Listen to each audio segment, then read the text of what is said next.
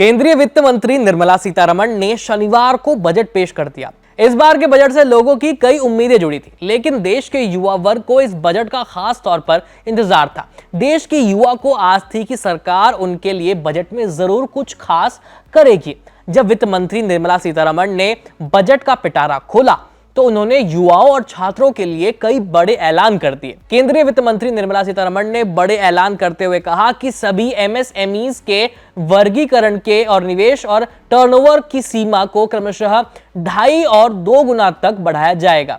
इससे उन्हें आगे बढ़ने और युवाओं के लिए रोजगार पैदा करने का आत्मविश्वास मिलेगा। सभी सरकारी माध्यमिक विद्यालयों और प्राथमिक स्वास्थ्य केंद्रों को ब्रॉडबैंड कनेक्टिविटी सुविधा मुहैया कराई जाएगी। शिक्षा के लिए 500 करोड़ रुपए की लागत से एआई सेंटर ऑफ एक्सीलेंस स्थापित किए जाएंगे। साथ ही देश में आईआईटी की संख्या को भी बढ़ाया जाएगा। मेडिकल एजुकेशन में अगले 5 साल में 75,000 सीटें बढ़ाने का ऐलान किया गया है।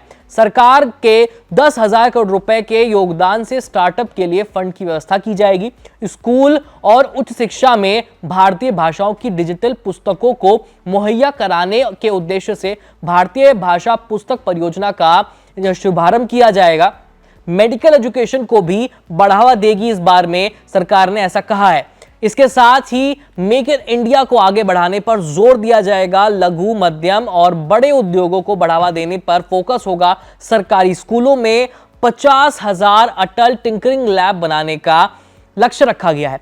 वित्त मंत्री ने कहा है कि हमारी सरकार ने 10 सालों में लगभग 1 लाख ग्रेजुएट और पोस्ट ग्रेजुएट मेडिकल सीटें जोड़ी हैं। अगले साल मेडिकल कॉलेज और अस्पताल में 10,000 अतिरिक्त सीटें जोड़ी जाएंगी और आने वाले 5 सालों में इनका टोटल लक्ष्य रहेगा 75,000 नई सीटें जोड़ना।